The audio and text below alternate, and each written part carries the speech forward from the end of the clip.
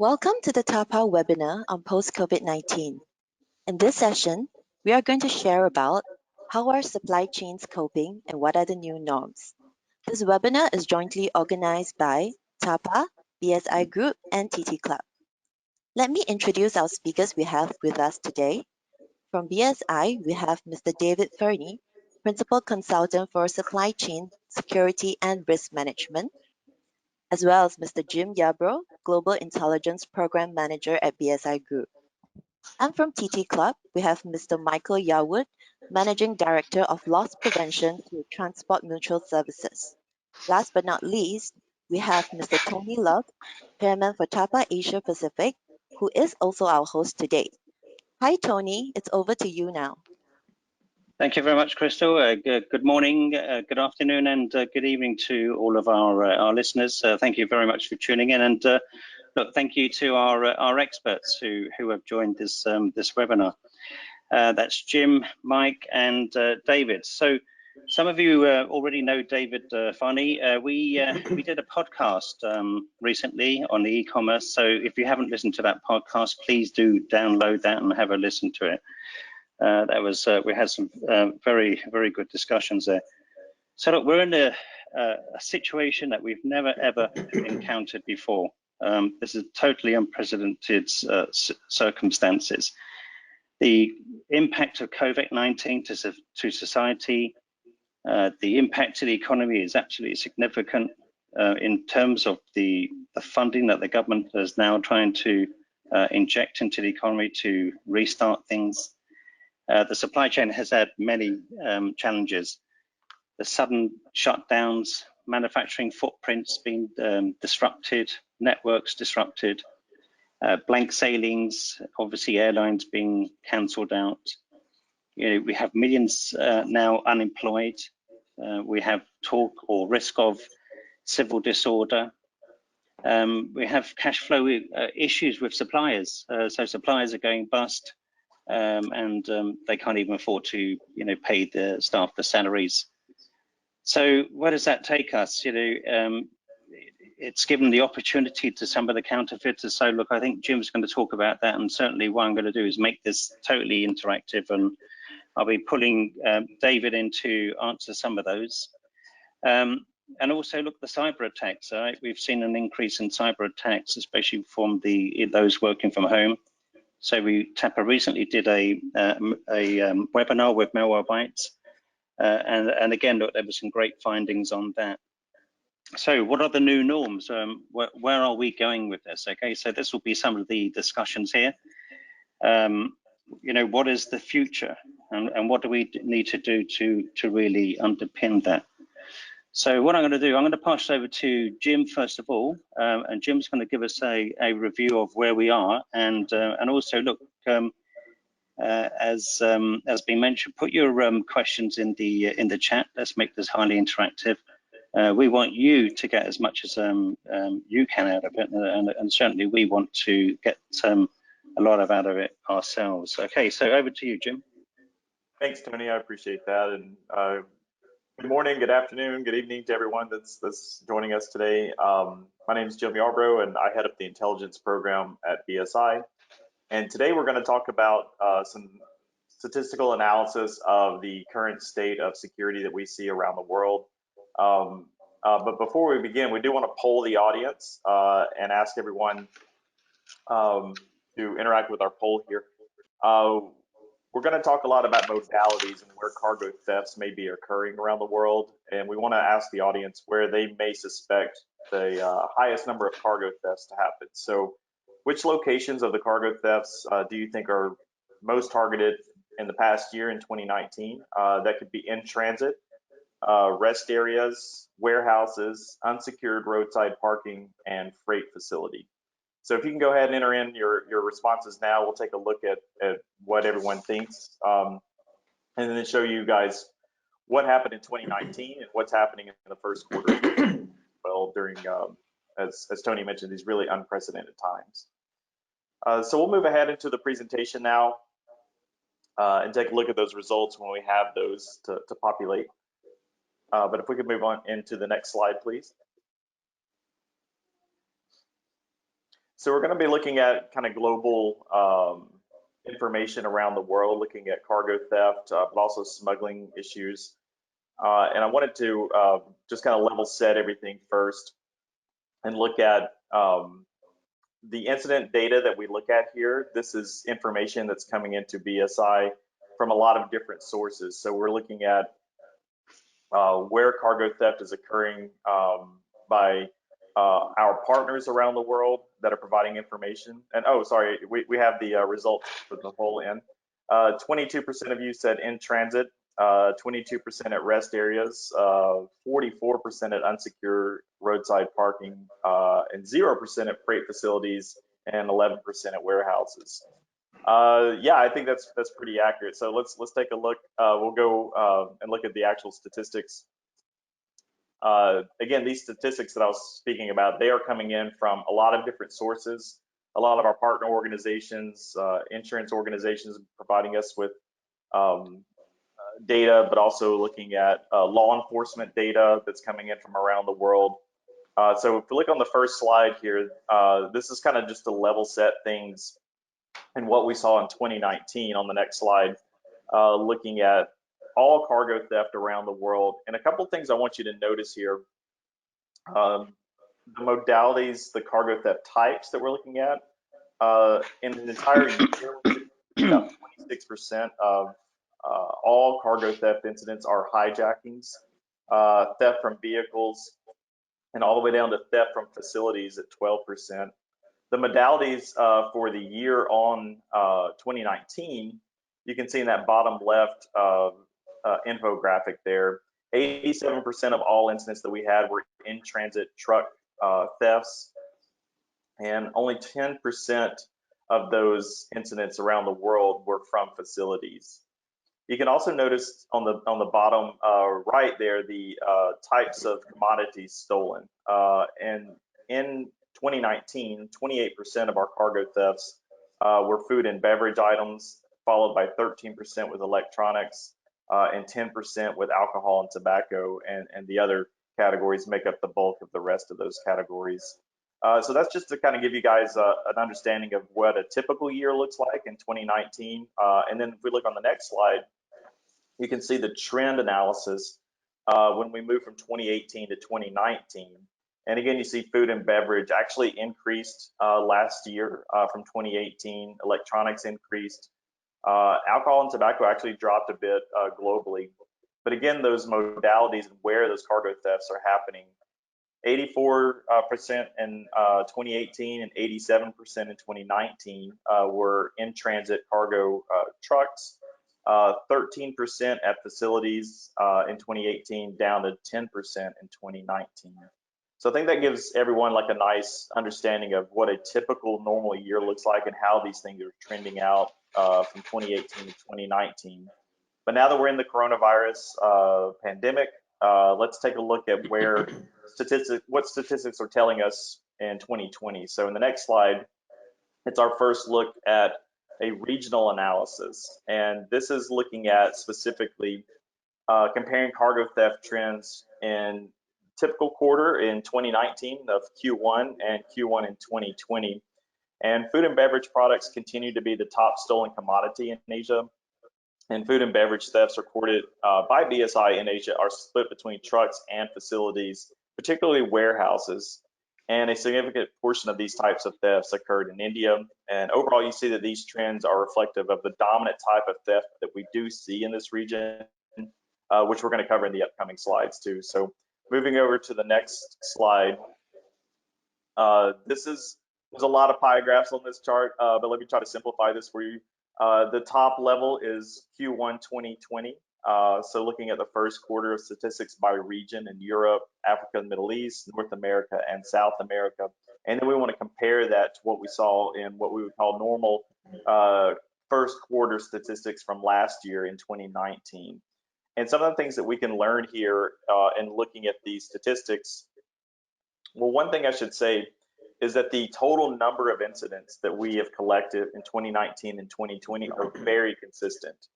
Despite lockdowns and disruptions around the world, the rate of cargo theft basically everywhere that we collect information from has remained consistent with 2019 numbers. And I know the panel want to discuss that further later in this presentation.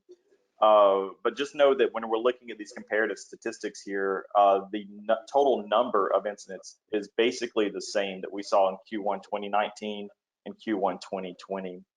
But some of the other things that we can kind of take from looking at these statistics, in Europe, there's definitely a shift in the theft of goods that favors food and beverage items. You can see there, and it is possible that this spike was due in part due to the rise in total value of food during the coronavirus lockdown. Reports indicate that food prices have moved upward in Europe during the coronavirus lockdown as food producers struggle with supply chains that are disrupted by countermeasures, border closures, facilities being closed.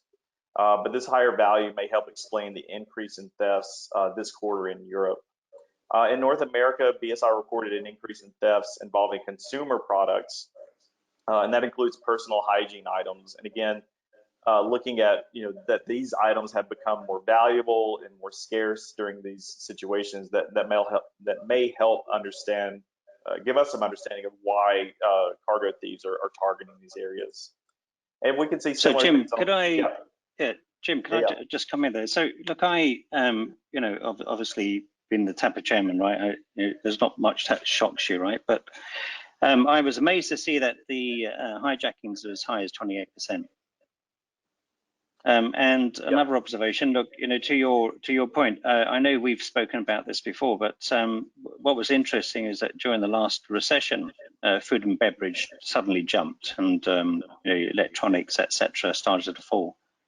So are we starting to see that same pattern emerging now? Yeah, we are. It seems to be that as economic conditions kind of dip down and are worse, that we are seeing higher rates of hijackings, especially in Mexico, Brazil, where we have really, really high numbers of hijackings, but also a move from electronics being targeted to more common items like food and beverage and other consumer products. Okay, great. Yeah, very similar pattern developing there. I just want to cover a few more of these statistical analyses over on the next slide, looking at comparing cargo theft trends in Asia, specifically looking at the top types of cargo theft. And here we are looking at where these incidents are occurring or how they're occurring, from hijacking, as Tony was talking about, to theft from facility. In China and in India specifically, they're really driving the bulk of these statistics that we're looking at here. Theft from facility remains the dominant category for this region. And you may have noticed in the first slide that we had the median value of those cargo thefts, and you have a lower median value in Asia typically. And I think what's driving that is the theft from facility tends to be more opportunistic pilferage types of thefts versus what we see typically in North America, where I am, where it's full cargo truck thefts that go missing in the time, which really drives that median value up. But I think really interesting stuff there. But moving over on the next slide, looking at comparing these same types of trends in other regions around the world. Historically, Europe is, I'll go back one more slide, please. Thank you. Europe is arguably the leading region for which the lack of secure parking really drives the type of cargo thefts that we see. And in a typical year like 2019, on the bottom left there, slash and grab is very common in Europe, and that's due to the real lack of secure parking facilities in Europe. And again, it's where, like very much like water, it's the path of least resistance and the easiest area for people to target these types of crimes. When you have unsecure parking, the slash and grab method becomes very prevalent. What's really interesting in 2020, however, is a huge jump you see there in theft from facility during lockdown. And as goods are more typically in warehouses or at logistics facilities, you see that theft from facility now makes up 21% of the total cargo thefts that we've collected in the first quarter of 2020. and some of the other things that Tony was mentioning earlier, you see that like in North America, for example, hijackings are still very common, and in fact make up 64% of all the incidents we collected in 2020, in the first quarter of 2020. It's a bit of a dichotomy because in North America, in the United States and in Canada, for example, where we do have a lot of cargo thefts, those typically are unsecured parking, vulnerable trucks that are left by themselves and unprotected. That's where your typical theft is going to happen. But in south of the United States and Mexico, where you have an enormous amount of hijackings, it really drives that regional analysis up. That's the most common kind of MO that you see in Mexico. So that really drives those up. And that's the same thing in South America as well. Brazil has the highest rate of hijackings in the world, and that's where you see a lot of those hijackings happening. So I'm sure we'll want to talk more about the facilities in just a moment. Just a few more slides to show you guys so that's kind of looking at the global and the regional analysis. But on the next slide, I want to point out some kind of rather specific phenomenon that's happening with the coronavirus. One thing that we see a lot is in the alternative shipping routes being used. As ports were being closed and as it was, there's less volume moving via ship container, we've seen a lot of people moving their goods via rail from China, ultimately ending up in Europe. And just a few things we want to point out is, as you move into those different modalities and moving into those alternative shipping routes, you do move into some higher risk areas. So moving across Russia into Europe via rail, those are areas that we have really severe risks of cargo theft. And there's also some issues of, being out in open areas, really vulnerable, very hard to get law enforcement personnel into some of these areas as these trains are moving. And in a lot of cases, you've got containers that are sitting for 2 or 3 days waiting to kind of move into other gauges of rail lines, right? So you're leaving cargo there in a vulnerable state, very difficult to protect things there. In a severe area where we see a lot of cargo theft. So that is kind of one of the knock-on effects of the coronavirus, is that as you move to alternatives for shipping, it's got different types of risk involved there. And it's not all about theft. Yes. Yeah, sorry, we have a question on the floor from Nilo. He's asking if on the percentage ratio is actually based on the number of theft incidents, or is it based on the dollar value of the lost cargo? It's based on the number of incidents. That's a really good question. But yeah, the numbers that you saw in the slides previous, those are based on the total number of incidents. Great, yeah. Thank you. Yeah, very good question there. A few more slides though. It's not all about cargo theft. And on the next slide, the coronavirus pandemic is definitely having an effect on drug introduction into cargo as well. We monitor a lot of smuggling in the supply chain here. We continue to record seizures of illegal drugs even during the pandemic. What's one of the most fascinating things I've ever looked at in 10 plus years of looking at this kind of data is I've never seen in one quarter, and here we're looking at Q4 data and Q1 data of illegal drug seizures. And the reason I wanted to highlight this is because I wanted to show this on a kind of a continuum. Where we collect drug seizure data, we typically see that Brazil is leading that, you see 20% in Q4. What I've never seen before is a situation like Colombia, which really leapfrogs a lot of really high statistical leaders, Mexico and Brazil, for drug introductions, and moving up to 22% of what we saw in Q1. We've talked to law enforcement personnel, we've talked to a lot of different people about this.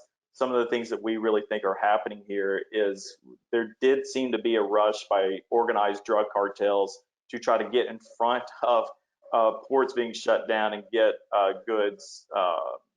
cocaine and drugs into goods shipping around the world before those shipments really started to dip down. And credit to the Colombian authorities, a lot of these drug seizures are found in Colombia before they left the country, but we have also seen this in Europe. We've seen it in the United States and in Canada of shipments originating from Colombia that have these drugs on board. And then lastly, on the next slide that we want to show here is also with organized drug cartels, typically based in Mexico, much like other multinational corporations, their supply chains have been disrupted too, and where they make a lot of money and a lot of their business is driven from the creation of synthetic drugs like methamphetamines, fentanyl, and they typically retrieve precursor chemicals from China to make those synthetic drugs. But that supply chain has been disrupted, and we are seeing a shift in terms of how these organizations are making their money now. And on the next slide, just one more point about this. There's also been a lot of effort by the United States military and other forces to cut down on the light aircraft, the fast boats, moving drugs from Colombia into Mexico, so the goods could be placed on containers and shipments from Mexico into the United States. That's really curtailed those operations, and we are also not seeing the ability to move those drugs through Mexico that they had in the past, and that may be driving what we were looking at with Colombia drug seizures earlier as well. One other thing is that these cartels, they do, as Tony mentioned, deal in moving counterfeit goods, which they typically receive from China as well, and that's been disrupted.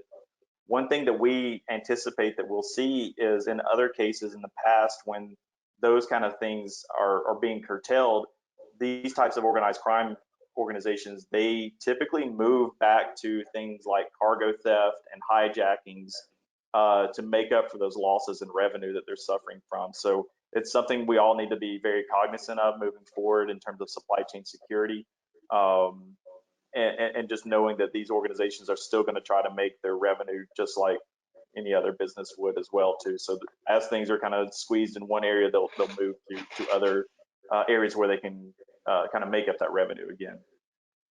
So I appreciate that. That's a quick look at a lot of statistics that we have and analysis that we've put together. And I want to thank all of our partners for helping us in those areas. On the last slide, if you've got any questions, you can always contact us at screen@bsigroup.com. That's our intelligence center, and we'd be happy to take any questions there. But Tony, I'm sure you got a lot of questions, and I'm sure that there's a lot of discussions to be had. I've got several questions actually. So look, what I was gonna do is pull David in because, look, in terms of the port lockdowns and you know where there's a build-up of cargo, and look, Mike, I know that the insurance industry is expecting this, but look, to David, just quickly, in terms of the port lockdown and the use of the rail. Where are we seeing the risks along here, David? Tony. So obviously the change and the push of volumes through different modalities, in this case that Jim highlighted there, in terms of from China to Europe through the rail modality. As Jim alluded to, and from personal experience, I've actually done a number of different assessments for clients across that route. And I can testify to Jim's analytical interpretation, and from what he's hearing from his sources, that I've seen cargo at rest for several days along that route in relatively significantly vulnerable positions. And you know the old adage, cargo at rest, cargo at risk.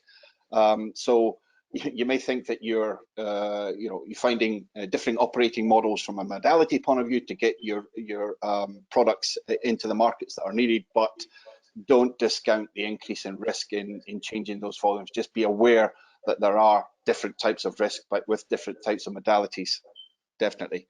And I think the second point I'd like to make about that Jim made there about organized criminal groups. They are very, very agile. And interestingly, this morning, I just read released today, actually, the Europol report for human trafficking. And they're seeing a significant increase through organized criminal groups, taking advantage of the current situation, which are going to impact everybody's supply chains. You know, they're trying to interdict into credible supply chains, and you know, people listening, potentially their supply chains, and it's another area that they should be aware of in terms of human trafficking and that risk that brings to their supply chains too. No, absolutely. You know, the the cost to humanity and human trafficking is awful. Look, I was going to ask you some questions on the counterfeit PPE equipment, which seems to be obviously bogging a lot of organisations down. What's the sort of intelligence coming out on this now? In terms of counterfeit, I personally haven't been picking up any information about counterfeiting, but what has been quite clear is, again, going back to organised criminal groups and their agility to effectively change modus operandi and service a demand within the supply chain. We've seen significant increase in targeting of PPE and medical products within the supply chain here in the UK, and I know that Jim can allude to specific targeting around PPE in other parts of the world. In terms of counterfeiting, Jim? Yeah, absolutely. We have seen counterfeit PPE equipment popping up everywhere, and other kinds of scams that are happening related to coronavirus situation, right? Like, so hand sanitizer, soap, even. We've seen counterfeit PPE equipment from gloves, masks, everything. And we have seen it in areas that we don't typically see counterfeit products being prevalent. We saw it a lot in Italy in the first, mid-March, early April. We were seeing a lot of that, but we were seeing it in the United States. We were seeing it in Mexico.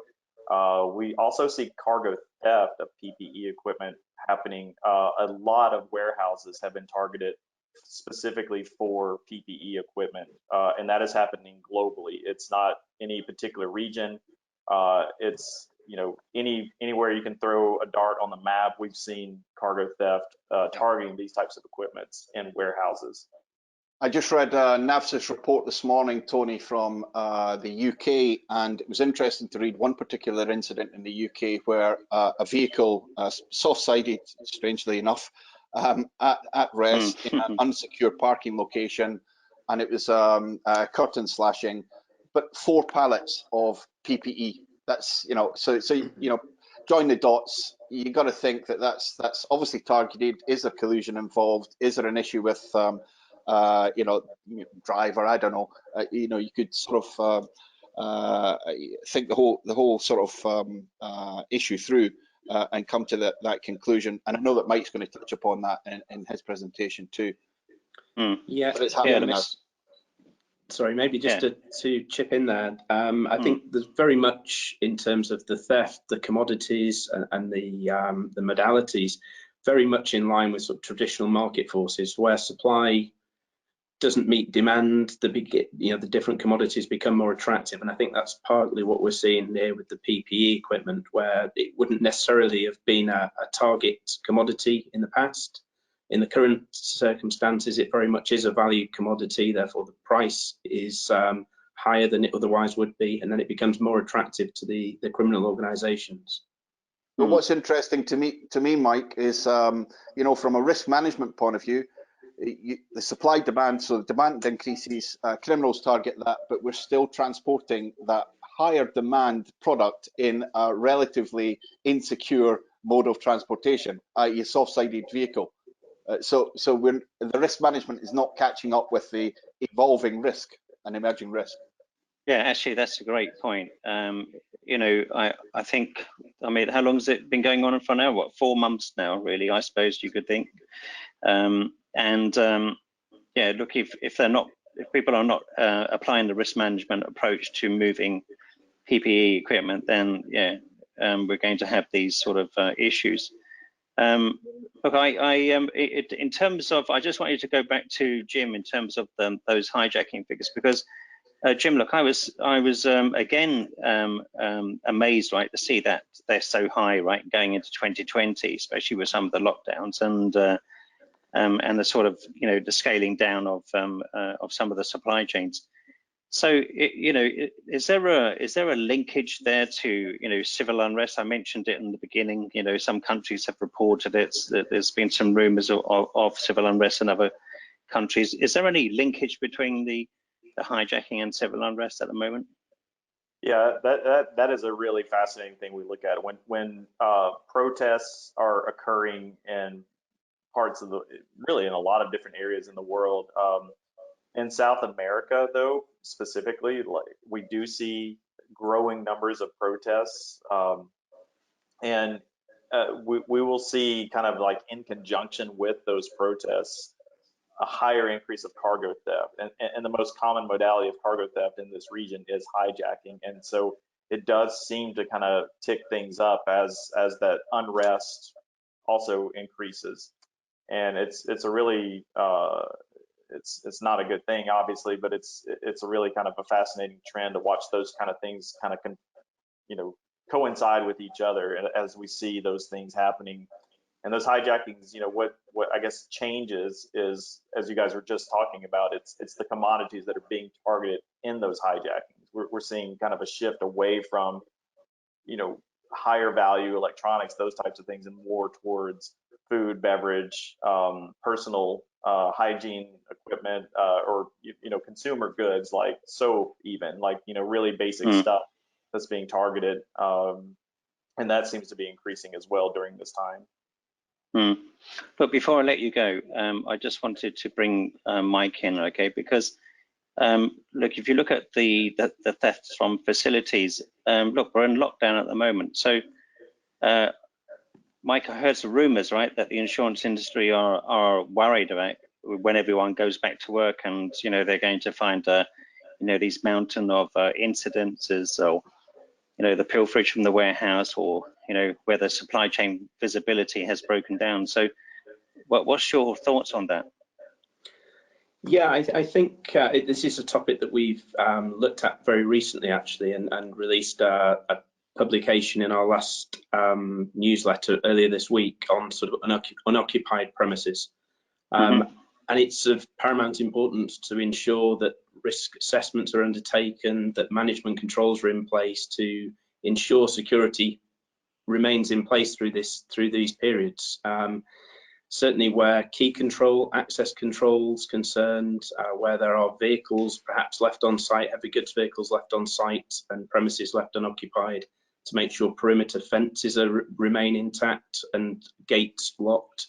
But also key control is a huge concern. So don't leave the keys on the trucks. It's something that in my past career, it was a fairly common practice, certainly over the weekends, let alone sort of prolonged periods of unoccupancy. Yeah, old habits die hard. So look, let's start walking into my slides, please, Crystal or Sam. And look, guys, what I want to do, I'm not going to do a PowerPoint presentation. What I want to do is to pull everybody into this sort of discussion here. So if you can flick onto the next slide.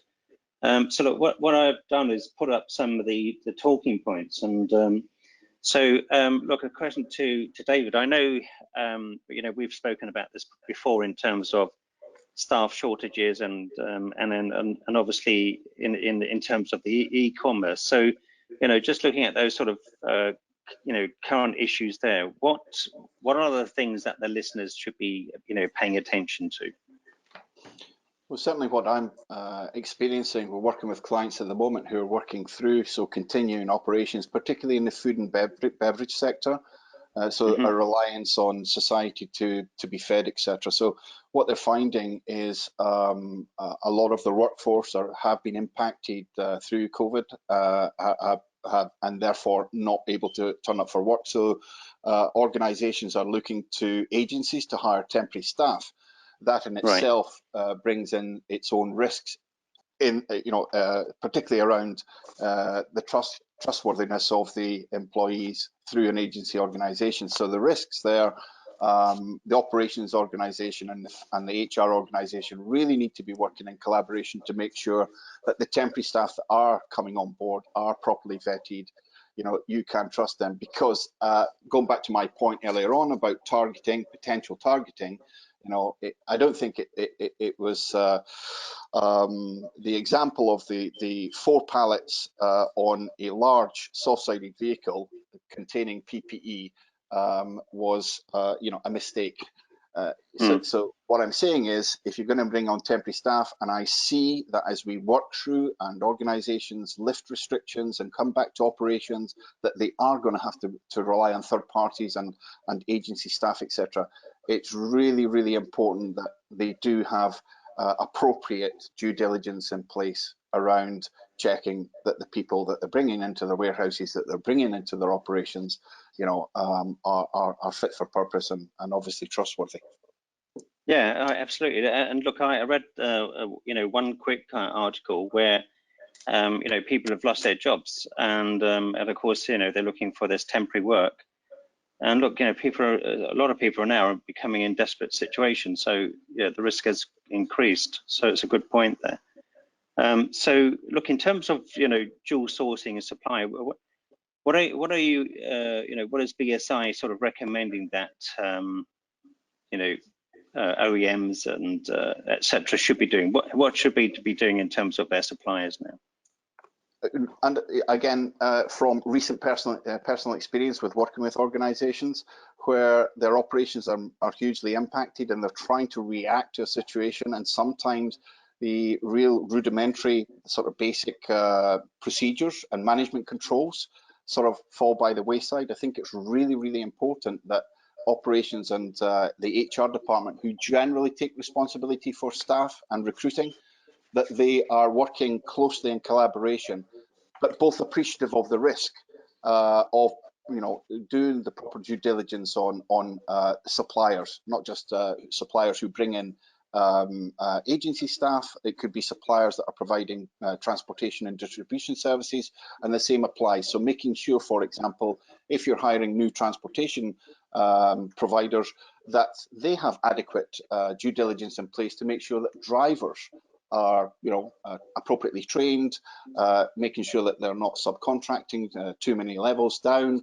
and if they are subcontracting, making sure that any specific requirements, service level requirements, are actually passed down that subcontracting process. And Mike, look, how do we ensure this generally? You know, there's a lot of risk transfer, as you know, within the supply chain. So, you know, what's the advice on how to cope with that under the current circumstances? I think certainly from a temporary labour force and workforce perspective, it's all around management controls. We published a document with BSI last year around the insider threat in conjunction with our annual cargo theft report, and I think it's a real area of threat that is often overlooked. You know, and I think it all comes down to sort of strict and robust management controls, due diligence, as David mentioned. Induction, training, more importantly, what access do they have to the facility and to the business? Are they wearing a branded uniform? Do they have access passes and keys and access codes? And it's all around that strict sort of management control, really. Look, I agree. If you look at what Jim was presenting earlier, in how the criminal networks have had to change, right? Because, you know, they can't do some of their normal things. Yeah, look, this is a vulnerability that can be taken, you know, up, and obviously they're going to, you know, leverage where they can on it. So look, this is a big risk going forward, right? And we know that COVID's not going away, right? So that together with you know, the seasonal flu that's due around September. What are we anticipating? I understand we're not scientists, okay, but we are risk experts. So, you know, a question to all three of you: where do we see this going? Another lockdown, more restrictions, more disruption on the supply chain? I think it's almost inevitable that we're going to see continued disruption to supply chains. So I think the advice to organisations, certainly advice that we're giving, is to attempt to build that agility, rather like these organised criminal groups are doing. Build agility and resilience into your own operations, and if you can do that, then, you know, you're going to stand a better chance of effectively weathering the storm as it peaks and troughs.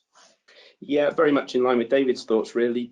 Resilience, you know, there's lots of talk at the moment about business continuity planning, supply chain resilience, and sort of nearshoring, where some globalized supply chains have developed over the last decade, maybe almost viewing it from the reverse now and looking to really sort of source commodities and parts from the country, from your own country. But the reality, I think, is that we are not going to see a wholesale change immediately as these restrictions are lifted. So I think there's very much a message that we need to prepare and be resilient, almost going back to where we were pre-COVID-19. No, absolutely. And Jim? Yeah, I think the agility component is extremely important here, as well as communication. So, I think the growing consensus is that, the coronavirus will be kind of in peaks and waves, as it moves around the world. And so it's going to be really important that you're communicating with your suppliers, are you receiving shipments now or not? That's kind of part of it. It's where does that vulnerability, it's also going to move around the world, and those threats are going to move around the world as this evolves. And so having stockpiles of goods in places where you don't typically have that, the criminal element is going to understand that as well. And so having that communication lines being really clear and open and honest with each other is going to become very key to know, like, okay, we don't want our goods ending up in an undue vulnerable state, right? So it's going to require a lot of communication, a lot of understanding that this is going to continuously evolve, and that we have to stay informed and aware of these changing threats. Yeah, absolutely. Do you know what was interesting is that when this first broke out, TAPA together with International Crisis Room 360, we carried a survey out, and 63% of the respondents had no BCP plans in place for their China operations. So, I think that's one thing we should do, is have another poll on that in the future, and see where we are with that. Because if you think of it, that was only 3 months ago, and everyone's had to go through a significant recovery process. And of course, then if you look at the risk going forward, from WHO, etc., with coronavirus not going away, it does make you wonder whether the supply chain has actually geared itself up here. I think there's a really interesting point to be brought out here, and sort of following on from Jim's point about communications. So in the process of business continuity planning, the starting point is obviously a risk assessment, which relates directly to your business impact analysis.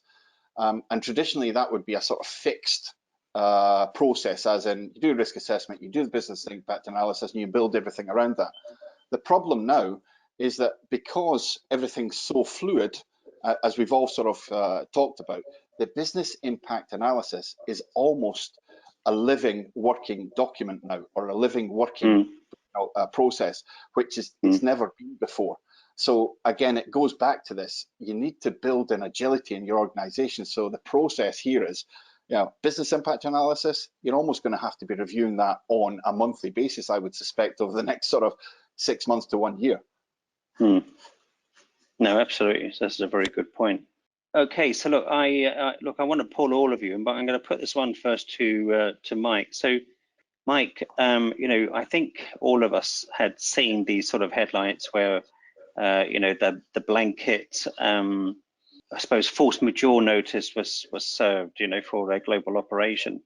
Look, I got my own personal sort of opinion on that, but before I even, give mine, can I just understand, where insurers stand with this, and what their views are?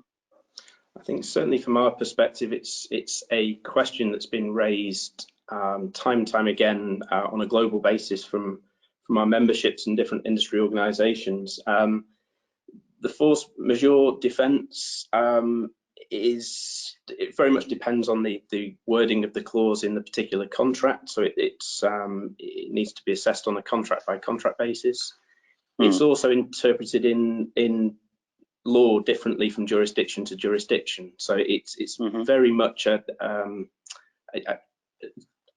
clause that needs to be sort of assessed on a case by case basis, and on the merits of the particular shipment and the particular contract, and which jurisdiction the claim is either going to be or likely to be brought in.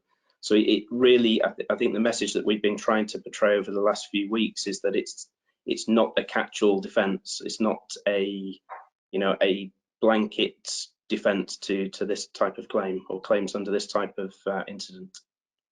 Yeah, and look, David, you're highly experienced in this sort of area in terms of at-risk assessment.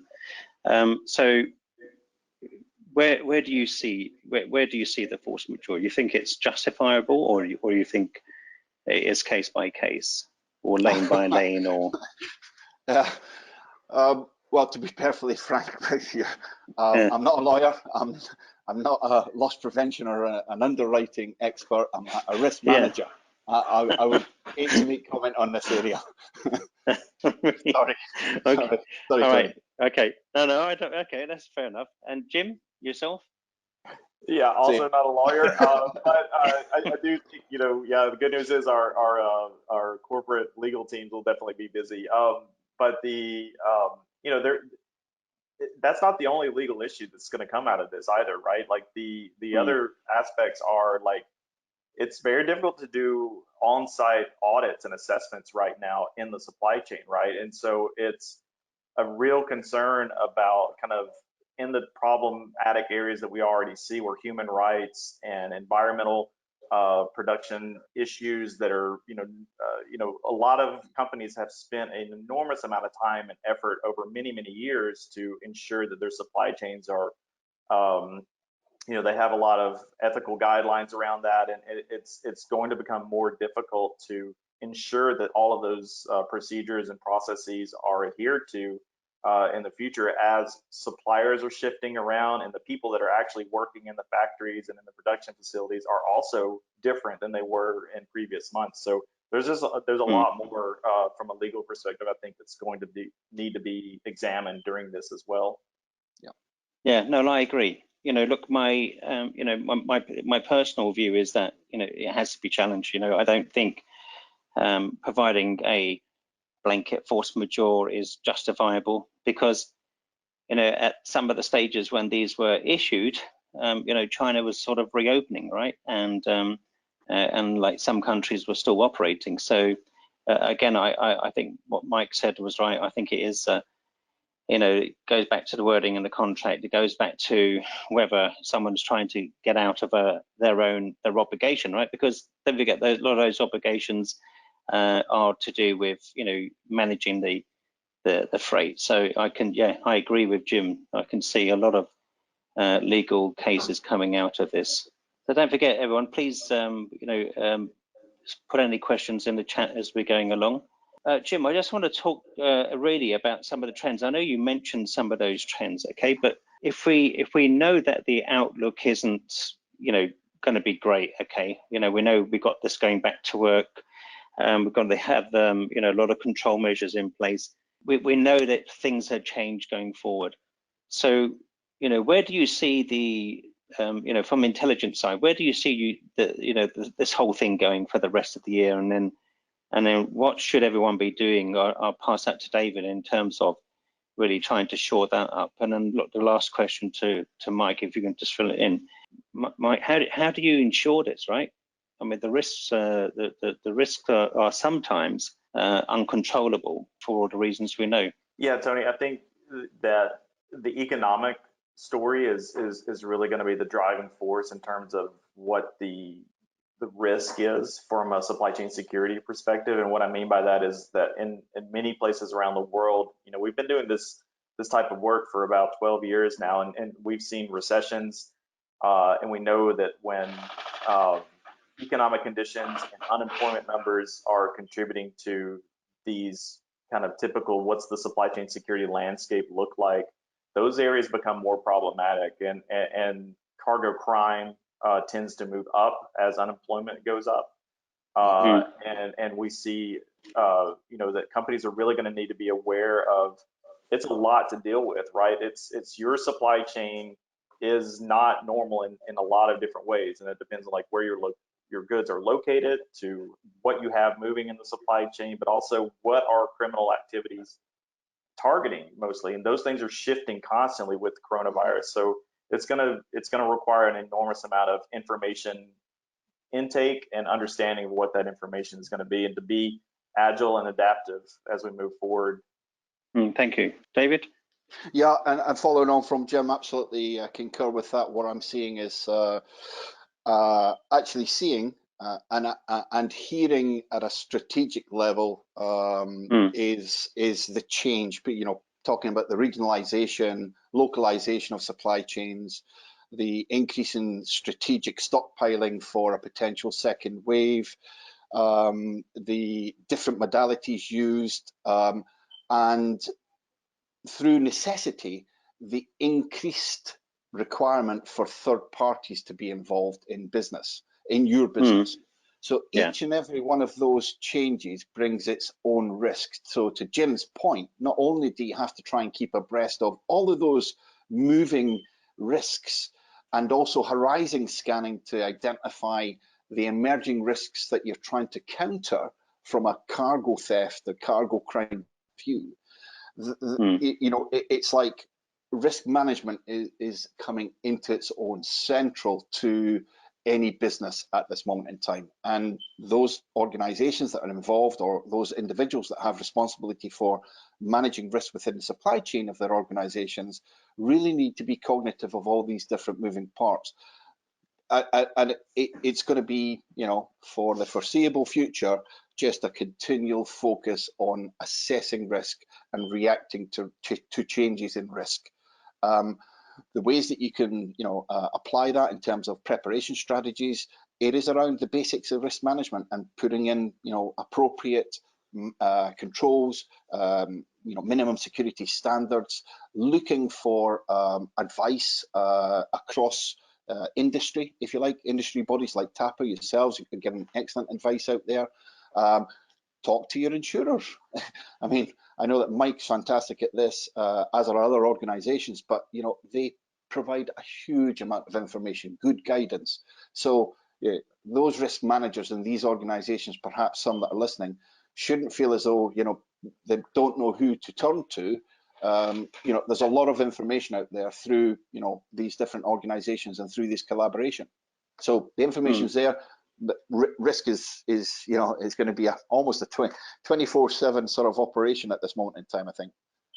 I agree. Sorry, Tony, just to come in on the insurance side, very much in line with David's comments. I think from our perspective, the onus on us is now to remain very close to these risks as they develop, gather information and disseminate that across our membership and the industry where we can, through forums such as this.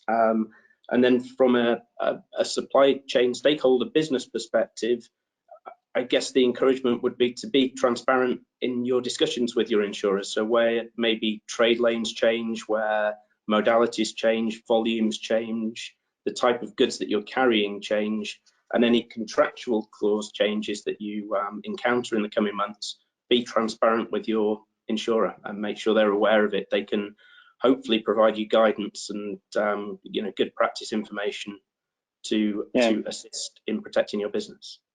Yeah, no, absolutely. So look, Mike, I'm gonna hand over to you now to do that. You got a good presentation coming up. So, but listen, can you just quickly give everyone an overview of what the TT Club is, because I'm not sure if everyone's fully aware of who you are. Sure, no worries. Thank you very much, and good morning, afternoon, and evening to everybody. So by way of quick introduction, TT Club are a mutual liability insurer. Our members are focused entirely within the international supply chain. By way of market penetration, example of market penetration, we insure around about 80% of the global container fleet. We have an insurable interest in many of the top ports and terminals, container terminals around the world, and we insure hundreds of freight forwarders and logistics companies.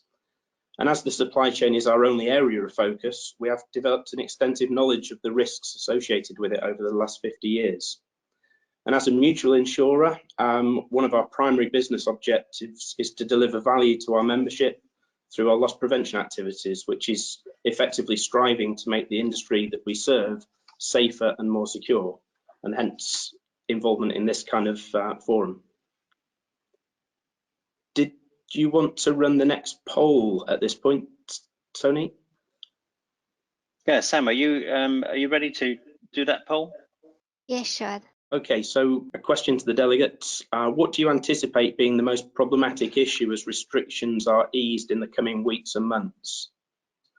Uncollected and abandoned cargo, cargo theft, availability of warehouse capacity, or availability of final mile delivery capacity? And whilst we're waiting for those for everyone to vote on this subject, they're actually they're all very good topics, aren't they, in terms of the talking points in them? Yeah, I think these are the main sort of areas where we're anticipating increased activity as we pass through this next few months and this period where restrictions of movement are eased and lifted. Well, okay. Some very good talking points there for you, Mike. Yes, yeah, absolutely, absolutely. And again, very much in line with expectations. I think the uncollected and abandoned cargo is going to be an interesting subject as we go through the coming months. And again, the availability of final mile delivery capacity. I think that in particular is something that I've thought about over the past few days when we've been talking about resilience and understanding the end-to-end supply chain. You know, we see incidents certainly in Europe where the final mile delivery is subcontracted 4 or 5 times.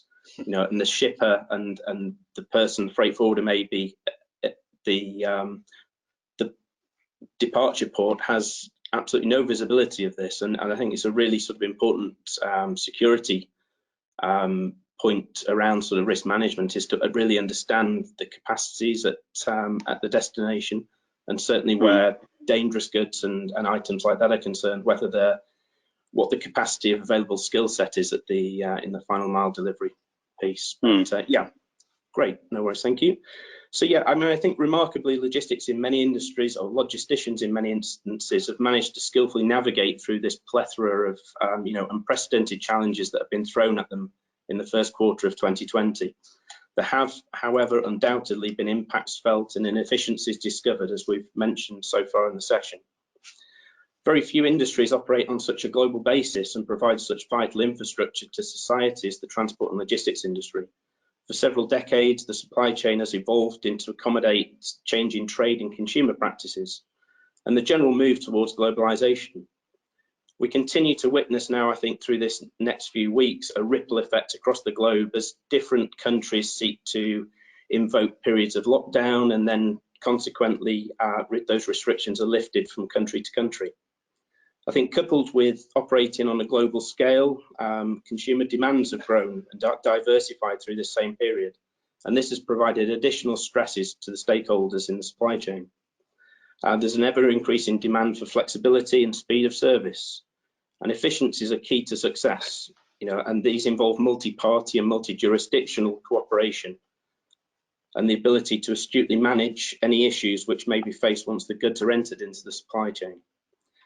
I think the supply chain so far has demonstrated a really good degree of resilience in many aspects. I think that's a testament to the knowledge, innovation and skill of the logisticians leading the industry, that the supply chain does continue to flow, albeit disrupted in certain areas.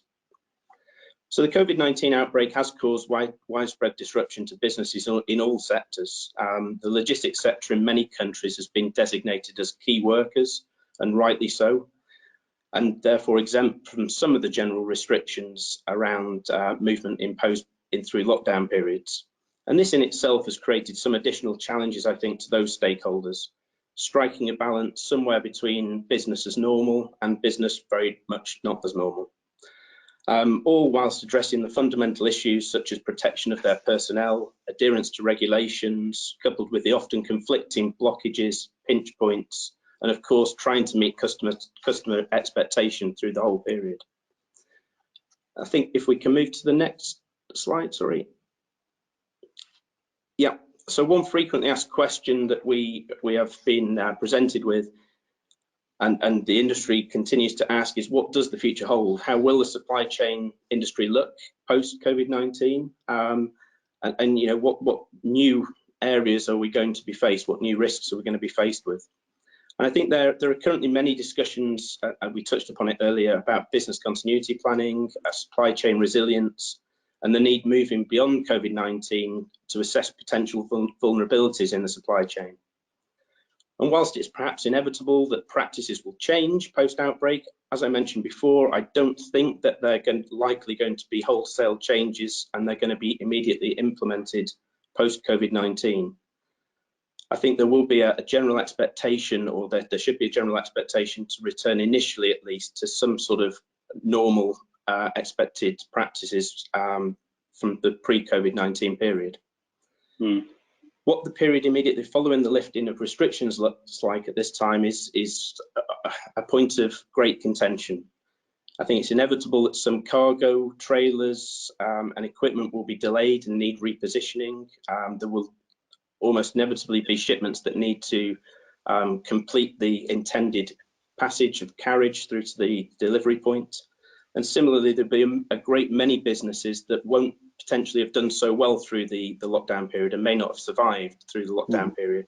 So I think going back to the earlier point around uncollected and abandoned cargo, I fear that there will be consignees out there, purchasers of goods who can't, once the restrictions are lifted, take delivery of the goods. They either won't be trading any longer or haven't got the financial capacity to purchase the goods that they intended. And I think uncollected cargo, therefore, is going to be a common discussion point in the coming months. I think the transport and logistics industry will likely feel the effects of COVID-19, unfortunately, for many months to come. In order to maintain the flow of goods through certain jurisdictions and to overcome the associated challenge of social distancing, I think we've already seen stakeholders take agreed practical steps around, for instance, the signing of delivery notes and proof of delivery notes, and also around some of the challenges of original documents such as bills of lading and the release of cargo at the destination port. And I think these steps, or part of the messaging really here, is that these steps should always be taken on an exception basis, and there should always be robust management controls in place. I think these temporary workaround procedures should at no point become the accepted normal practice, however long this period goes on for. I think there's a great importance in returning to good practice as restrictions are lifted. Very much just enforcing that last point. A reduced workforce through sick leave or remote working could lead to gaps also in emergency response protocol or skill sets. So I think there's a real need for businesses to risk assess roles and responsibilities and any escalation processes in place to ensure that the chain of responsibility within the business remains unbroken. I think this will assist in delivering a swift transition back to operational good practice, and where there has and continues to be business need to create workarounds during the COVID-19 outbreak, it should be recognised that shortcuts and overriding established management controls often are the leading indicators for losses. In the weeks and months following the lifting of restrictions, I think it's likely that we're going to experience less predictable peaks and troughs in volumes and demand. I think this is something that we touched upon earlier on. The peaks may result in the buildup of cargo to be exported, leading to demand outstripping supply in terms of equipment to ship the goods in. However, it's also likely to require or invoke temporary storage facilities and warehouses at production facilities as they reach capacity. I think we talked about rail earlier on, and again, whilst you could argue that, to make your supply chain more resilient, you can shift modes into, for instance, rail. The nodes and the cargo handling facilities across that network will have a capacity, and if too much volume shifts to that mode, that in itself may create sort of additional pinch points and security risks. I think this volatility has the potential to give rise to a host of security challenges, both through the transport and storage of goods. Peaks in demand could be more severe than we are accustomed to, meaning that final mile delivery capacity will be stretched. Where warehouses reach capacity, temporary storage solutions may be required. Where volumes remain unpredictable, there's likely to be a higher propensity of temporary workforce employed, again, something we touched upon earlier. And we could see an increase in the volume of vulnerably parked trucks, trailers and containers through the supply chain as different sort of pinch points make themselves known. As a result of restrictions or change in the mechanics of the supply chain, we could see a shift change also in the modus operandi of the thieves themselves, which stakeholders should be mindful of. Thieves will typically strike at the most vulnerable point in the supply chain. This is often, as we've discussed earlier in this session, whilst the goods are at either rest or whilst they're moving through the road mode. And the thieves, as we've mentioned earlier, are very well versed and astute in their activities and their methodology. They'll readily identify trends and the way goods are stored and moved. And if such changes provide them with better opportunities and lower risk opportunities, they will happily change their established practices. Communication is something that we mentioned earlier on as well, and I think that's going to be vital as we move through this next period, where, for instance, things like temporary storage facilities are concerned. Having that secure communication to your stakeholders and your subcontractors to make them aware of the different delivery locations and to manage that whole process, I think is going to be vital to success. The adoption and acceptance of new technologies, I think, will be accelerated potentially post-COVID-19 pandemic as stakeholders strive again for greater resilience in the supply chain. Those promoting drone and unmanned vehicle technology, for instance, will rightly argue that goods could continue to move fairly freely through the supply chain, even during the periods of severe lockdown, whether by road, sea or air. Electronic bills of lading and electronic means of proof of delivery, again, could theoretically have solved many of the problems that we've faced, the practical problems we've faced over the last few weeks around original documentation arriving at the destination port. And I think the fact is that these technologies could at least partially assist in creating a more resilient supply chain. However, they're not, again, likely to be widely accepted from day one once the restrictions are lifted. And I think it's partly because of this likely acceptance period that I believe there's an importance for planning a robust return to the pre-outbreak practices in the knowledge of the many associated operational challenges which will likely be faced. So yeah, I mean, one of the main messages really is that the criminal fraternity is unlikely to have changed their motivations and desires as a result of the COVID-19 pandemic. I think Jim mentioned earlier on that the numbers in terms of frequency of theft through Q1 2020 versus Q1 2019 are virtually the same. But these periods of lockdown are inevitably going to have had a financial impact on the businesses, if you call them, or empires of the criminal fraternity. Many of these criminal organisations will have been operating on a survival footing. They will have had to change their desired trends and the way they operate, and there may be an immediate need, once the restrictions are lifted, for them to steal more to bridge the losses that they've incurred through this first quarter. We've seen a number, certainly in the UK, of unusual thefts. Again, it was talked about through Jim's presentation about criminals targeting warehouse facilities versus trucks. And again, we've seen that certainly in the UK, and where the UK is concerned, that's quite a significant change because the punishment if you're apprehended stealing from a truck and stealing from a warehouse are very different. It's a much higher risk stealing from a warehouse. So I think that starts to demonstrate the pressures that the criminal fraternity are also under. Again, in the UK, we know from previous analysis that the criminal organisations travel all over the country. They travel across the police boundaries and the police force boundaries. Again, all in sort of with a target of diluting their chances of being apprehended.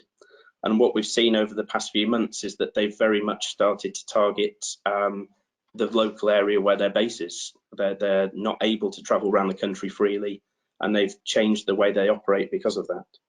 And I think where security is concerned generally, just to conclude, and stakeholders should move into this upcoming period of lifted restrictions with enhanced vigilance, if anything. Especially where their own established practices and processes have changed to meet the logistical needs of their customers through this next period. And I think that's great. Pretty much everything I had. Sorry. No, it's excellent. Look, it's good to have an insight from yourselves, right? Because I think sometimes everyone forgets, insurance as a stakeholder in the supply chain until something goes wrong.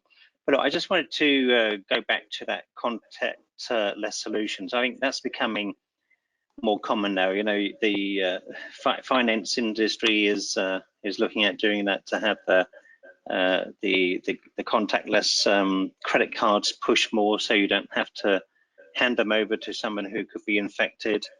Certainly the security industry is looking at having a contactless screening tool rather than using you know, the traditional metal detectors. And of course, look, what you've said there is you know, that urgently needs to be reviewed, right? Because there's going to be legal issues over that, whether you know, the POD has been signed and documentation has actually been transferred. So I think that's going to be a challenge for us. Any thoughts on that at all? I think it is a challenge. I think what we've seen in a lot of the instances that have been raised to our attention is obviously legitimate trade. So there's a legitimate seller selling to a legitimate buyer with a freight forwarder in between. And I think the agreements that we've seen and the workarounds that we've seen so far are all around that sort of legitimate trade, so that whilst a formal agreement needs to be reached, the risk element is perhaps lower, insofar that, you know, there's less likelihood that the cargo is being sort of stolen or delivered to the wrong party. But yeah, I mean, this technology exists. It's not widely accepted at this point. Whether COVID-19 and the challenges that many have faced and continue to face will be the catalyst for change and a wider acceptance or an acceleration of that acceptance, I'm not sure at this point, but I think it could be a good catalyst for change. Yeah. Mike, it's David here. Mike, can I ask you a question, please? Do you see blockchain as a potential solution? Again, it's something that we've stayed close to the development. There's obviously plenty of, or many different sort of stakeholders looking to develop this kind of technology in the freight and logistics world.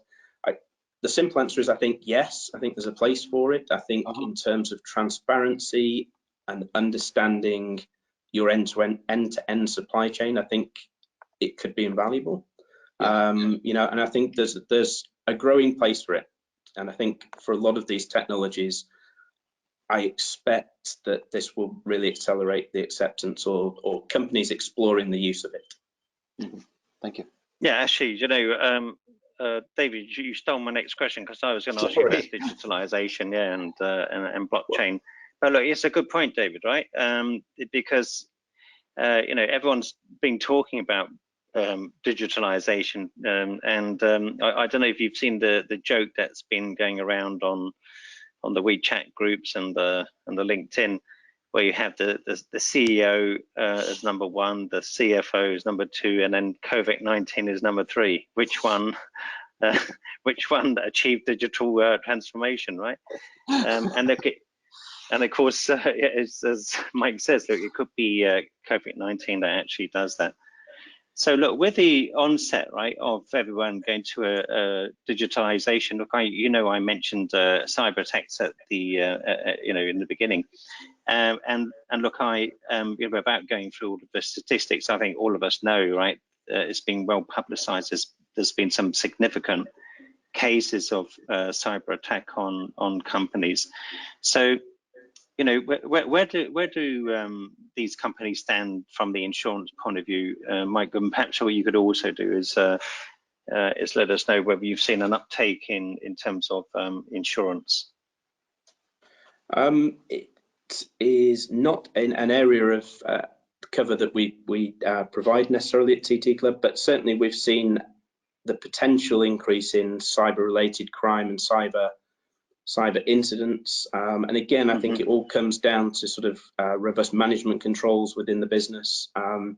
We've seen and identified remote working as a potential enabler for cybercrime, and again, it goes back to a point I raised earlier around having you know, these robust controls in place to and whether the established sort of escalation procedures and are in place and still operational in the remote sort of environment that we live in now. You know, if somebody in an accounts department receives an email asking for an urgent payment to be made, for instance, you know, do they still feel empowered to go through the normal escalation process, or are they more inclined working remotely just to make the decision themselves and potentially fall foul of such a fraud?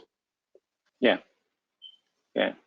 I agree. And David, so, are you guys doing more risk assessments in that sort of area now?